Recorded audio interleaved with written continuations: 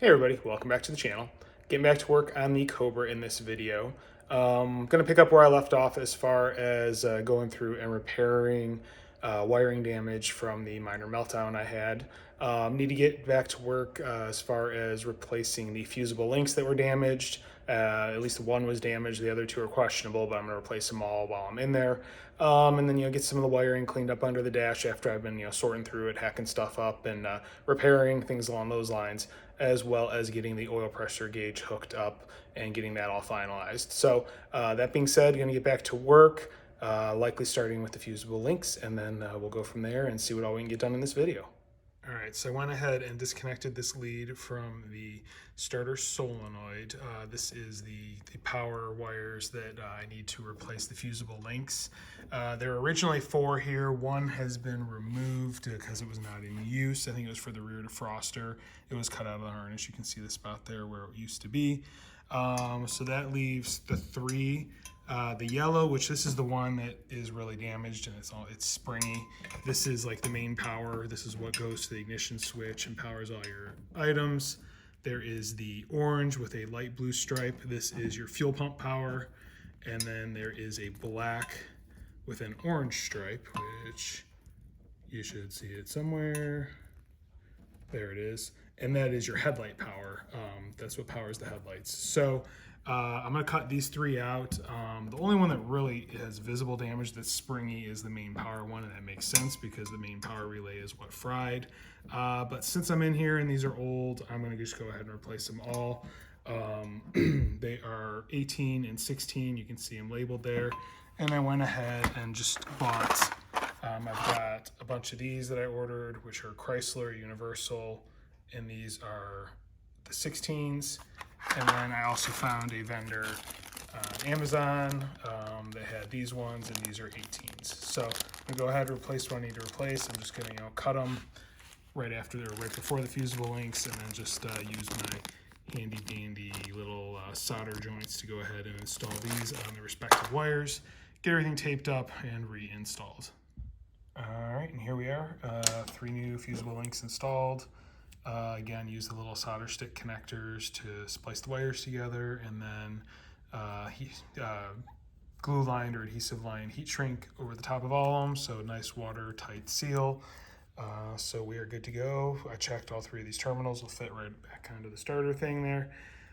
So yeah, just need to put a little bit of wrap on it again just to clean everything up. Wrap it with some cloth tape, and then go ahead and reinstall everything on the solenoid, and that is fixed. All right, real quick before I install or reattach the wires that I just repaired, I noticed that this wire here, this is the power lead that's coming off of the alternator, the charge wire. Looking at the wiring diagram, it should be two separate wires that I think are black with an orange stripe or vice versa. But anyway, the previous owner had kind of rewired this, and it's just going into one solid red wire. But anyway, there's a 14 gauge fusible link on the end, and that's what attaches to the solenoid. Well, it was basically just held together with a butt connector, the splice, and I could actually see strands that were not covered. So what I did is I cut back the wiring to get good clean wiring that wasn't corroded, used a solder stick terminal connector, and then shrink wrapped with adhesive shrink wrapping. So now it's a nice weather tight seal, and I also wrapped it where it does kind of touch some brackets and stuff there, just to make sure there's not going to be any chafing over time. And that is all now reattached, so I'm going to go ahead and hook up these wires that have all been repaired, and then this job will be done. All right, and here we go. Everything is reinstalled. I also noticed that standalone wire that I'm focusing on right there, that is the wire that would trigger the starter. This car has an updated starter where it has a solenoid on the starter, so all that really is to trigger the solenoid on the starter. The builder or whoever did all the swapping previously left this in here just as a power distribution setup. I'm guessing it was easier than trying to refigure out how to distribute all these wires. But anyway, the terminal on that was a little wonky. It wasn't protected, and it was just a crimp-on terminal. So I cut the old one off, put a new one on, and also heat shrinked it. So everything is now nice and sealed as far as the wiring goes, and that covers everything as far as this area goes. We have all the wires repaired from the meltdown, and everything in here looks nice and should work out well. All right, so now that the wiring is done, I'm just kind of working on little things that are on the to list. I went ahead, there were some holes here from previous parts that were removed. Just went ahead, threw some rivets in those holes to fill them in. Just looks a lot more complete that way instead of having open holes. There was one under here that I put a rivet in as well. It's the shiny one versus the ones that look a little bit more grayed. So that was just one little thing I did.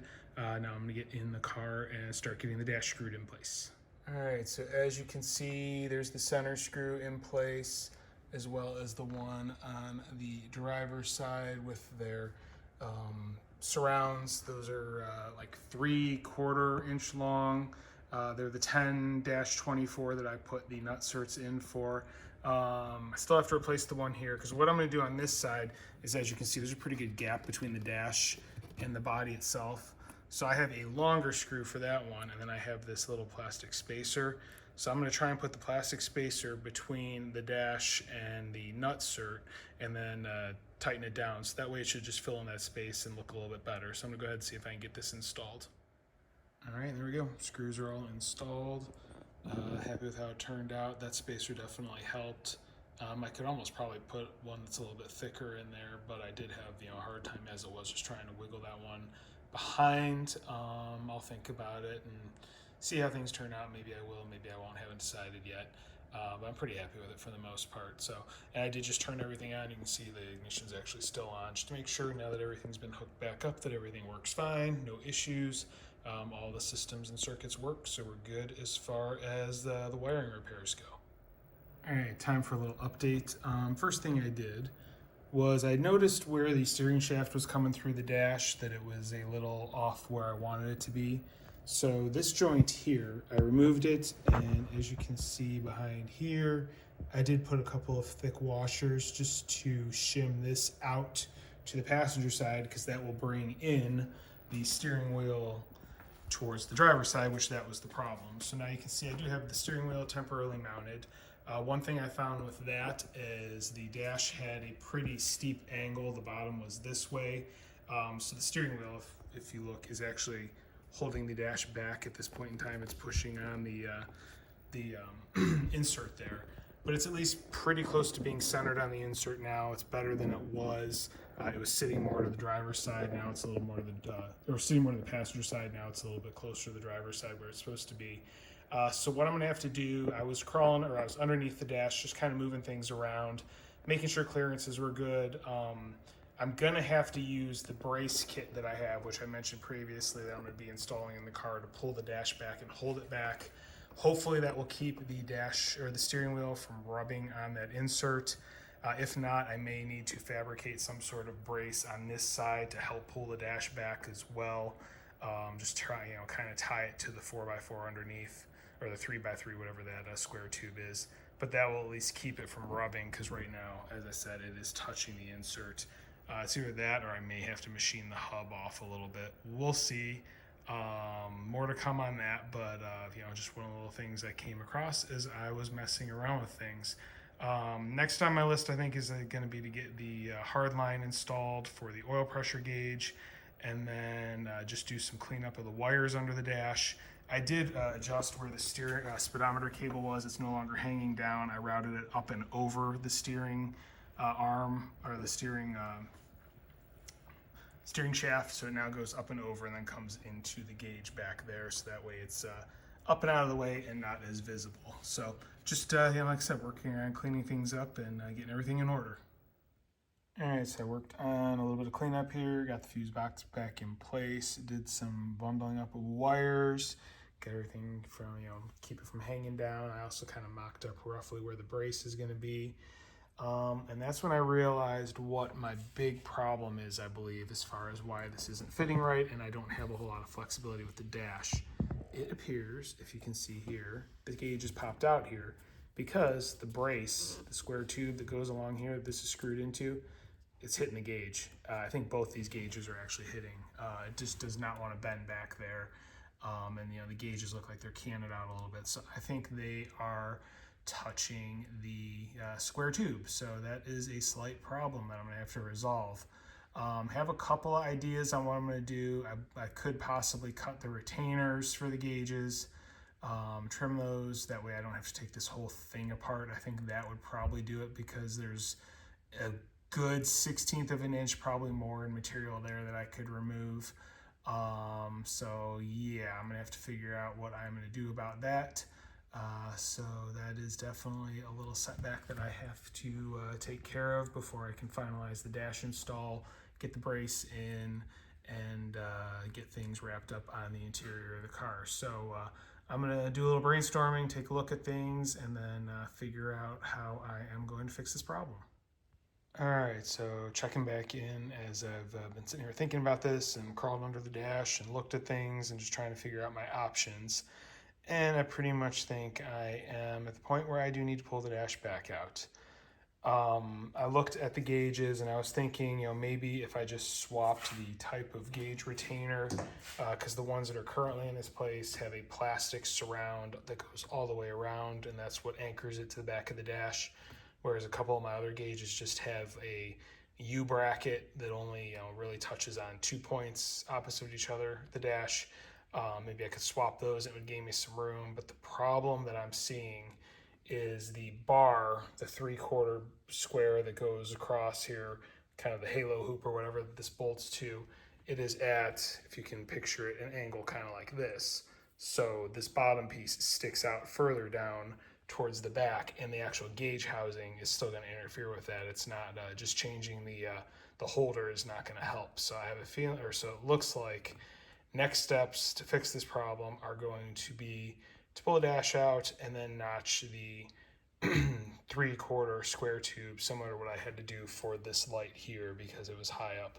I thought I'd be able to get away with these gauges, but with the dash having to fold back and flatten out like this, it's kicking the gauge back up, and then the back of the gauge is hitting that square tube. So I don't know if I can just pull the gauges out and just kind of grind it through the holes, or maybe I'll probably just pull the whole dash out to avoid making too big of a mess. But yeah, that's going to be a much bigger fix than I was hoping for, but it looks to be what has to be done in order to get the clearance that I need here behind the steering wheel, because right now it is just rubbing and pushing and it's not going to work. So that being said, that's gonna be a pretty big endeavor, so I believe I am just gonna call this a video here. Next video I will pick up with the repairs, taking the dash out, getting everything ground, clearance, things like that, and then put back together, and hopefully that will be the end of what needs to be done to get this dash fitting properly, and I can move on to getting the brace right there installed and call the interior done on this car. So if you're learning something, if you're liking what you're seeing, you want to keep following along, you know what to do. I do appreciate you watching. If you have any questions, comments, please leave them in the comments section. I do review them. I will respond. That being said, thank you very much for your time and have a great day.